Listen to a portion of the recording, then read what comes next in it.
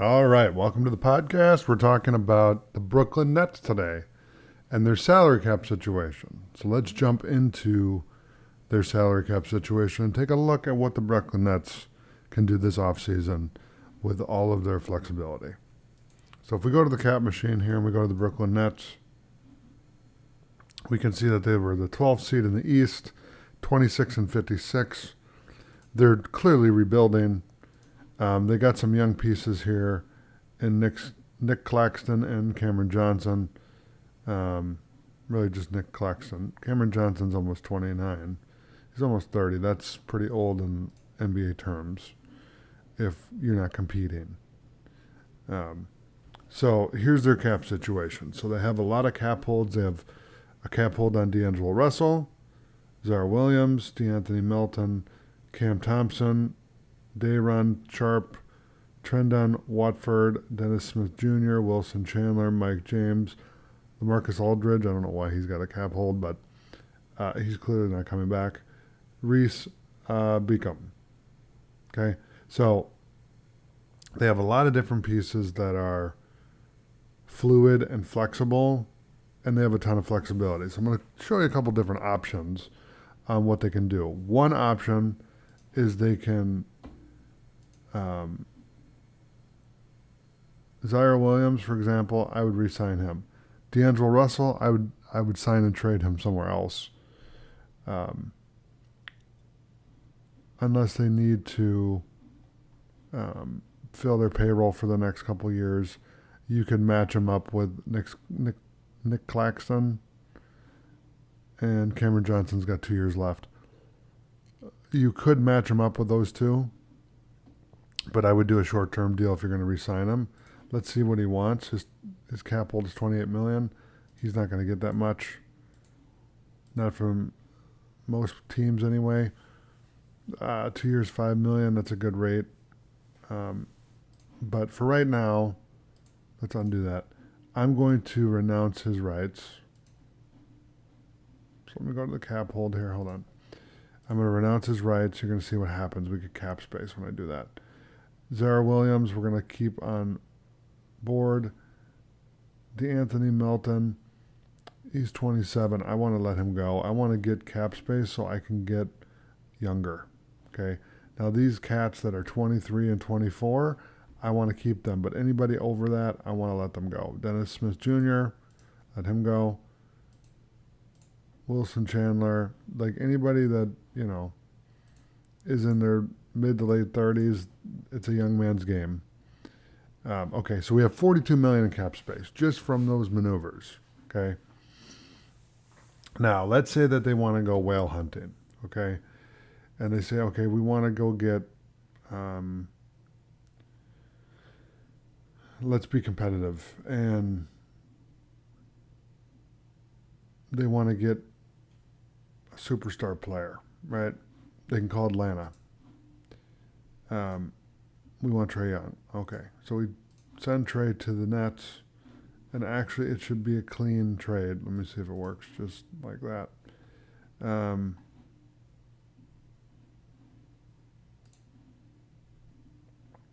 If I send out Cameron Johnson, for example, okay, there you go, it works. So my point that I'm trying to show you is that they have a lot of flexibility because of how clean their cap sheet is. Okay, and so if I reset this and I get rid of the Hawks and let me renounce everybody, and I just want to show you exactly what happens when we do that.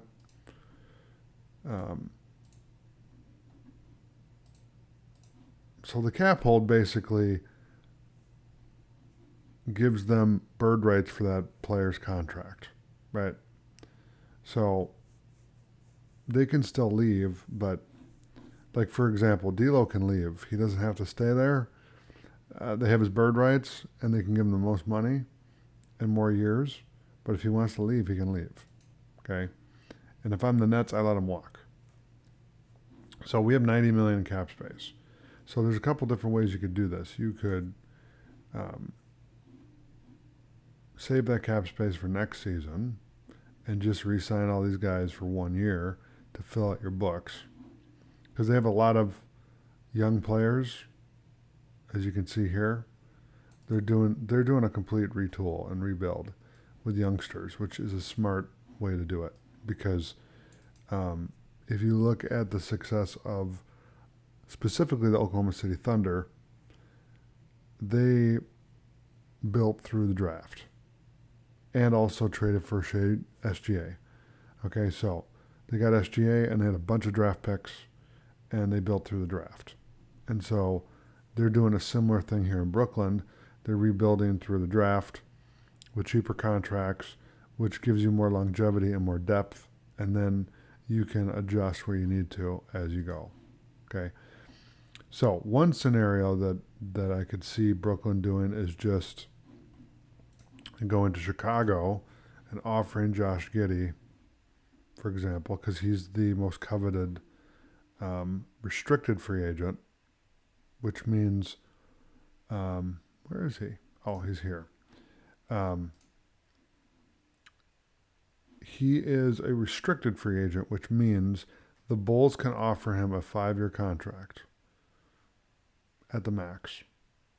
Everybody else, and let's see what his max is. They probably don't have his rate. Yeah, that's not what he's going to command. But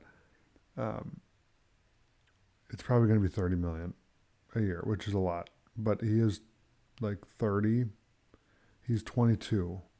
So let's give him $32 million. Okay. And then we're going to trade him to the Brooklyn Nets. We're going to do a sign and trade with the Bulls. Okay. And because he's 22. And we'll send them Cameron Johnson. Okay. To keep the books clean. We have $79 million in cap space. Okay. So that could be the starting block of building a really good team for the Nets. The other thing is, I don't see them doing that. I think they're going to hold their spot and do what they did before when they got Kevin Durant and Kyrie Irving, which is this. I'm going to clear this out now and show you what they did when they got Kevin Durant and Kyrie. Okay. So if you look at their cap sheet from 2019-2020, that should be when they got Durant and Kyrie, and they had a bunch of veterans that they brought in. Okay. Now, if you look at the previous year, they had $18 million in cap space, and they had where's D'Angelo Russell? Okay, there he is, and he got traded to the Warriors for Durant. Okay, so they could do that again. They could use D'Angelo Russell as a trade piece to send to another team. For example, if we come back to this upcoming offseason, I could go to D'Lo and say, look, we're going to trade you. Okay, how much do you want?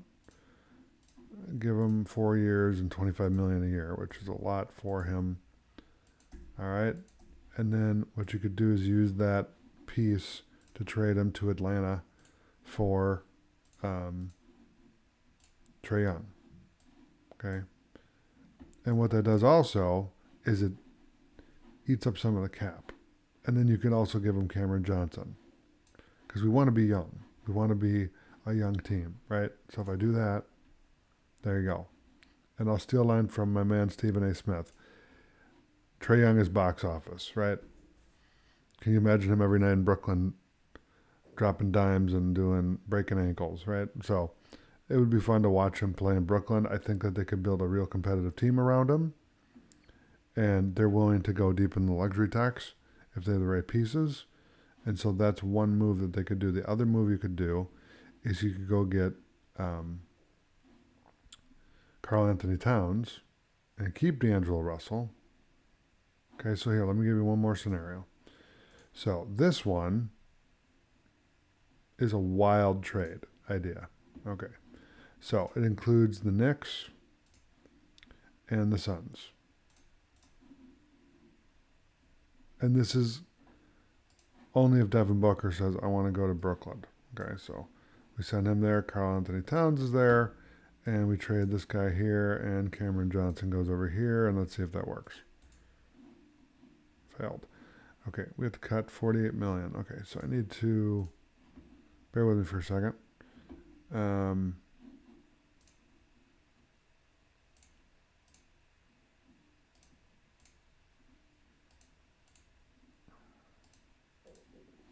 All right, let's try that.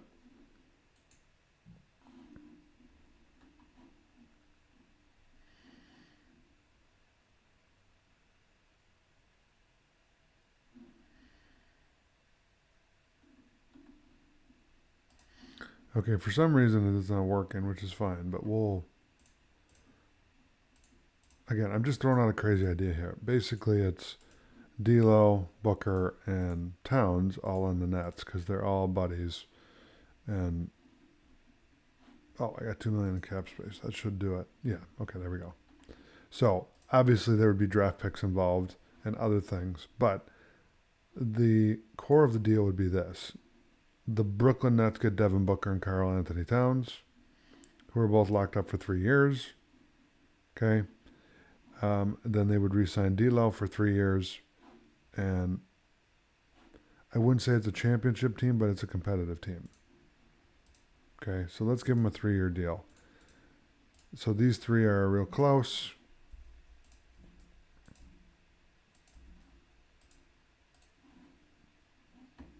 Okay, so there's your big move. If they're not able to do other things, you could do that, and that actually would work. And the Knicks probably want to get rid of Karl Anthony Towns if they're not, if they can get somebody that's, because if you look at the Knicks, for example, they have Mitchell Robinson. He's 27. Cat is 29. They're paying him $53 million. Mitchell Robinson's making 12. Okay, so, and does this help the Knicks? Not really. Their payroll is lower, but the East is wide open. So there you go. Thanks for checking out the Sports by Cap podcast here on YouTube. Be sure to subscribe to the channel, hit that notification bell so you can update anytime we upload new content, and check out the latest videos from the show right here.